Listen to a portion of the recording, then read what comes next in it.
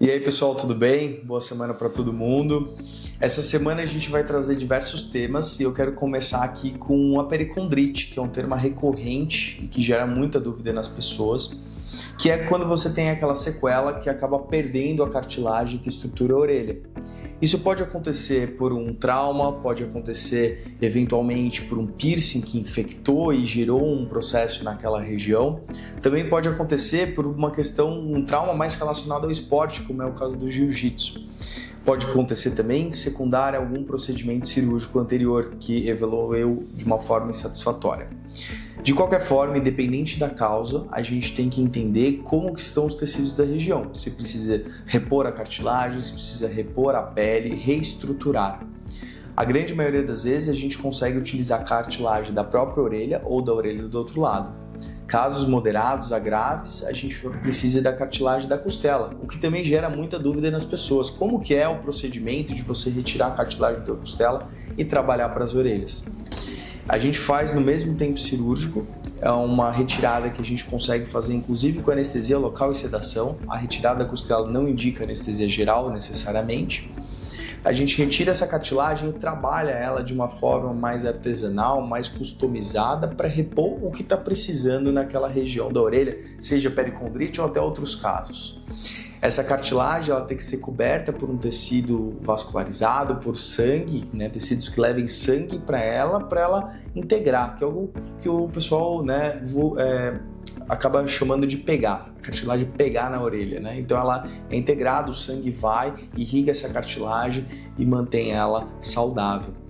Uma vez ela pegada, ela saudável, ela mantém a estrutura da orelha, repõe o que privou, dando projeção para o paciente, afastando a orelha da cabeça, não de uma forma geral uma orelha de abano, mas dando aquela projeção natural, harmoniosa, e também dando mais desenho, expandindo o tamanho, fazendo todos os critérios de orelha que a gente deseja. O pós-operatório é para ser um pós-operatório mais tranquilo, então a região da costela realmente ela é mais dolorosa, mas a gente tem medicações que controlam adequadamente por boca. Então você toma uma medicação e vai ficar bem controlado. A restrição para atividade física é 1 semana, mas exercícios que envolvem o peitoral, como por exemplo o supino para quem faz musculação ou flexão de braço, a gente acaba postergando um pouco mais para ter uma adequada cicatrização aqui na região. Com relação à orelha local, a gente mantém esse segmento normal aqui do consultório. Então, para quem é de fora de São Paulo, com 1 semana a gente consegue fazer o procedimento para a gente ter o primeiro retorno, retirar o curativo, já analisar, dar as primeiras orientações e o paciente segue à distância. Quem é da capital ou tem a disponibilidade de ficar mais tempo, a gente consegue fazer um segmento com laser aqui no consultório para cicatrização, assim como a gente vai utilizando alguns moldes para ir modelando mais essa orelha. É para ser um procedimento fantástico, devolvendo a orelha que foi perdida, mas é sempre importante nivelar as expectativas, porque a reconstrução, algumas vezes, é um processo.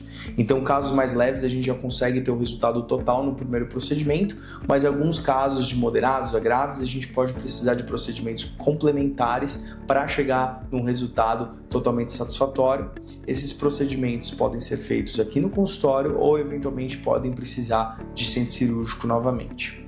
Essa é a personalização dos casos, a personalização do atendimento que a gente sempre faz aqui no consultório, como vocês já estão acostumados a ver por aqui. Se alguém ficou com alguma dúvida, por favor, entre em contato com a gente. A nossa equipe já está bem capacitada para poder sanar a maior parte das dúvidas pertinentes antes da primeira consulta.